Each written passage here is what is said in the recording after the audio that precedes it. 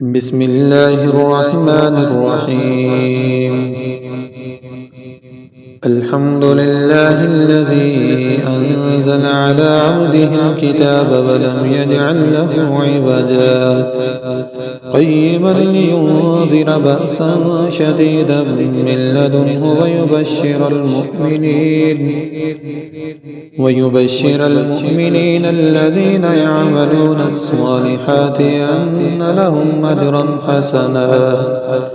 ماكثين فيه أبدا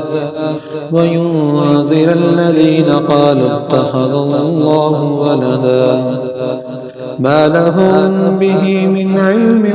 ولا لآبائهم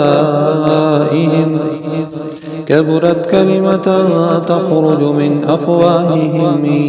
يقولون إلا كذبا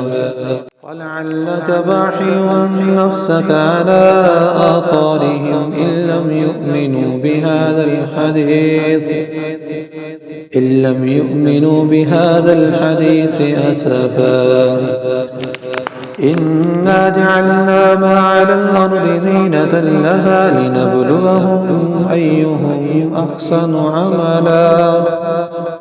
وإنا لجاعلون ما عليها صعيدا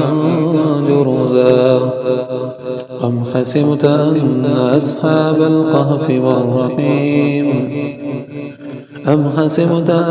أصحاب الكهف والرقيم كانوا من آياتنا عجبا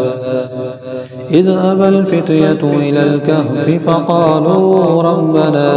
آتنا من لدنك